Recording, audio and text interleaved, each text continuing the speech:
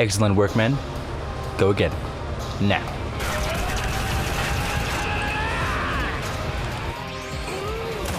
Many moons ago, on July 12th, the Social Gloves boxing event finally answered the age-old question. Who can more successfully sustain brain damage, TikTok or YouTube? The people must know. Social Gloves comes just a few days after the bore fest of Paul vs. Mayweather Jr. I just want a hug! In the very same arena, and for some reason, Social Gloves just seemed a lot more fun. The concept of a TikTok versus YouTube themed boxing night made the atmosphere so lackadaisical for 90% of the people there. I mean, Charlemagne was playing it fast and loose, and Killer Keemstar and the rest of the commentators seemed to be having fun as well. As we know, FouseyTube was simply happy to be outside. This event was a complete joke to literally everyone except for... Starting off with big old bitch energy from the Tanner Fox and Ryland Storm bout because it didn't happen. One of them didn't make weight. He was supposed to gain 5 pounds where his opponent was supposed to lose 10. I will check back on that later in the video. Instead, we got to see Lanny McBroom fight Ben Aslert for a decent pay-per-view opener. Then the shit started getting real. Apparently, after fazejarvis and Michael Lee agreed to their fight, Michael and his boys wanted to have some fake beef to spice things up for the event, you know. A real good basic anime backstory. Actually, I could maybe even for a video, I could go on a date with your mom and like fully take her out to dinner or something. Yeah, that was my favorite one, so. Oh my. Yeah, okay, yeah, that's hard. I put it. Yeah, that's good. I mean. Yeah, I'm definitely. I ain't doing that. I mean, that call really went exactly how I thought it was gonna be. You know, he's just trying to start some fake beef. You know, he saw him talking to me on Twitter. I'm not about that. I'm not trying to start anything fake. He's training. I'm training every day. You know, morning and night for this fight. So all I can say is, Michael, I'm gonna see you in the ring June 12th. This did not work at all, as apparently fazejarvis actually didn't like Michael Lee in the first place, which... Sure, I get it, but now Jarvis is essentially real-life furious, and you know what? Lee looked good. He definitely prepared. Tip-top shit. Technique looked great as well. Take note. Between every fight, an artist would come out and perform a couple songs. We'll talk about that during intermission. Oh, this is it. You can safely assume who won this fight. Up next was DDG versus Nate Wyatt. DDG won because he was able to successfully use a vibe check during his walkout, and then proceeded to rap his own intro music.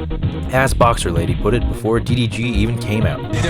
I can just tell you, off this walkout though, you know, I'm the professional fighter, I'm watching this walkout. He looks a little too stoic for me, right? There's cool, calm, and collected, and then there's stoic, to where he looks like that. Oh my gosh, what am I getting myself into?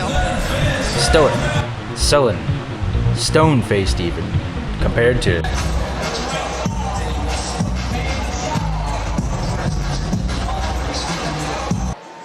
I think he was asking the DJ to play a different song.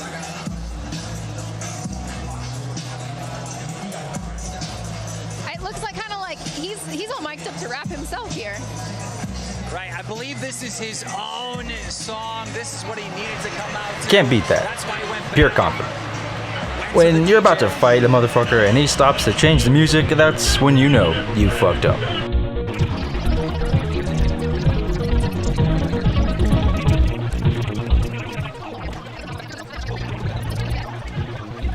Yeah, blah blah blah blah blah blah blah blah blah. You know who won. It's the DDG man. On to, honestly, the bizarre world fight of the night. Fucking Deji. I honestly can't stand you. Versus Vinnie Hacker. So, with that reputation, Vinnie walks out, and at this point, everyone's come out to either a shitty party summer song or a shitty hip-hop song. So, naturally, Vinnie Hacker, the 18-year-old TikToker whose stated target audience is 18 to 24-year-old females, comes out to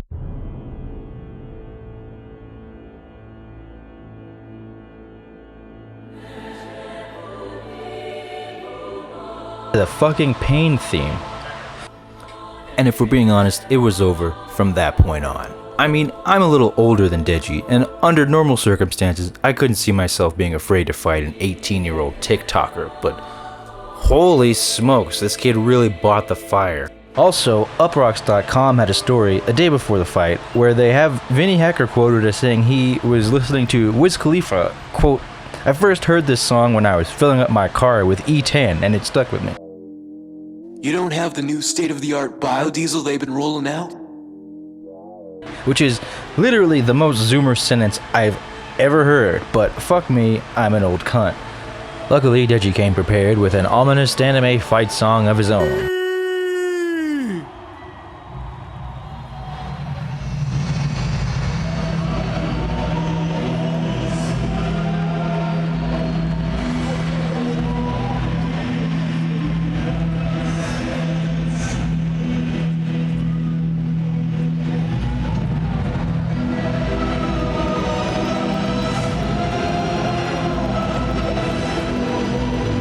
And at 181 pounds and fucking like 6 years older than Vinnie, the Deji man was honestly the favorite in my book. He had his best Muhammad Ali cosplay on, and you know, the fucker looked sharp. I mean, he looked good. Limber the whole night. Lied the boy. But he did have an absolutely devastating first round. His jab's phenomenal. Look at this. Come on, the man is dangerous. Let's have a look.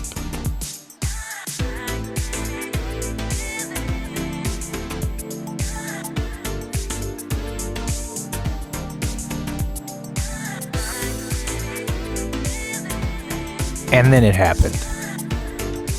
Deji utterly dominated Vinnie for the first round, but Vinnie ate all of those terribly hard shots quite admirably. The second round was much more of the same. Then Deji, he started losing steam towards the second half of the second round, followed by in the beginning of the third round, before a single punch has even been thrown, before the bell has even been rung, Deji is on his knees. Truly a shameful display. And now for the finish. And now Vinnie Hacker, he gets the finish. He gets it over. Oh my God, it's over. Finally, TikTok on the board. The winner here, Vinnie Hacker. What a groundbreaking, highly enjoyable anime arc that was. And second to last, we have Taylor Holder versus Anson Gibb. At this point in the night, the atmosphere was absolutely furious. Keemstar even bet $10,000 on this fight himself, so you can understand even the commentators gave a shit this time around. You have to understand, if you weren't watching, by this point of the night, the silly romp social media influencer event had quickly turned into the best possible version of what it was. A bunch of dudes with genuine beef together beating each other's skulls in a legal, safe way. We are but Romans.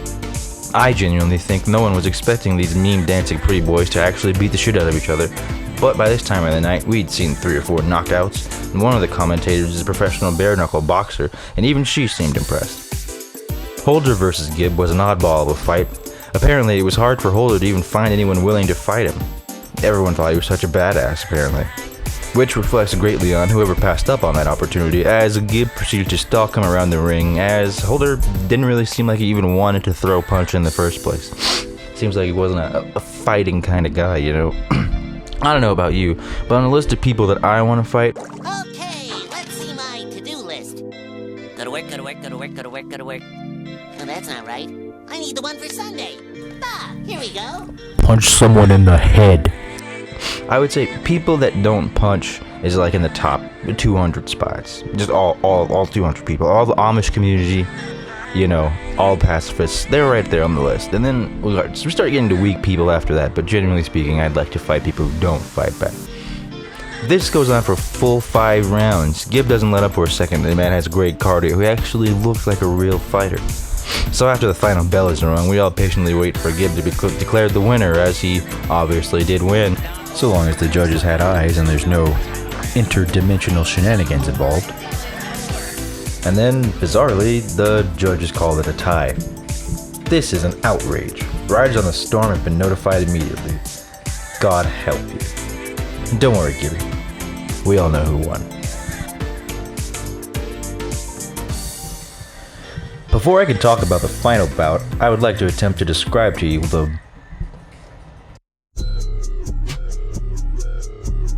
At first, I wanted to criticize the choice of artists to perform at an event where the median audience age would probably be around 12. But on the other hand, this is a boxing event held at night in Miami, Florida, so maybe hiring the Wiggles is equally as bad of an idea. Cold spaghetti, cold spaghetti. Cold spaghetti, cold spaghetti. Cold spaghetti, cold spaghetti. Spaghetti, spaghetti, spaghetti, spaghetti. As bringing your children in the first place. Personally, I don't care. I would rather have these memes than anything else. Last and possibly least was the headlining fight of the event, McBroom versus Hall. There's been a lot of bad blood between these two, a lot of hurt fifis, high tensions. I don't care about any of that, of course, so let's get straight to the fight. However, it becomes immediately apparent, almost as soon as the bell rings, that Bryce Hall here is completely out of his depth. McBroom notices and is wholly confident throughout the rest of the fight. I mean, look at this man. He's jumping around, he's smiling and laughing at him, looking him right in the face. It's not a very encouraging sign to see on the other side of the ring. And so, McBroom begins teeing off on Hall's skull, who earns himself a point deduction after the ensuing bear hug, as Hall did hit him in the back of the head, which is a big no-no. After this, Hall looks 10 times more afraid than he did at the beginning, and he starts to get borderline desperate, borderline freak crazy dangerous with it, throwing wild punches. The ref is fucking furious. In the end, it didn't save him. By the end of the first round, there's blood, and it's not McBroom's, because he was taking some very, very hard shots there. But he's still up. Let's go into the next round. I'd say for about the first minute of the second round, McBroom came out looking literally absolutely just like Vegeta. On my own terms! But while you've trained to an incredible degree, I mean, landing shots lightning fast, dodging everything Hall was throwing at him. It was kind of embarrassing at this point. It gets to the point where Hall basically goes into full bear hug mode.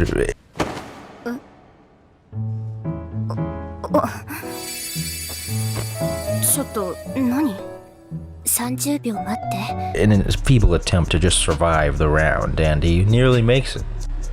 But he doesn't make it far enough to get out of the second round without a standing 8 count to end it, as blood pours from his nose, mouth, and God knows where else. At this point, it's looking positively grim for Hall. Everyone's holding out for some kind of a miracle punch that we just deep down know isn't coming. And the reason we know it isn't coming is because the guy he's fighting, Mr. Austin McBroom, looks like one of those kids who fights every day in the bathroom in middle school. You know, he's just got a genuine passion for punching people in the head, and you can see it in his eyes. He's got sparkles in his eyes. He's a beautiful boy.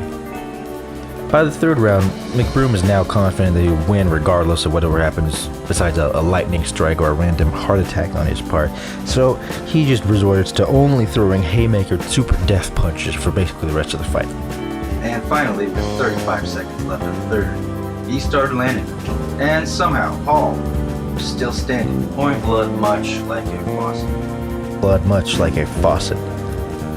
However, this does not last too long, as 2 punches later the ref finally grants him mercy and ends the fight in, I would say, respectful disgrace. I don't know if that exists, but that's what I would say.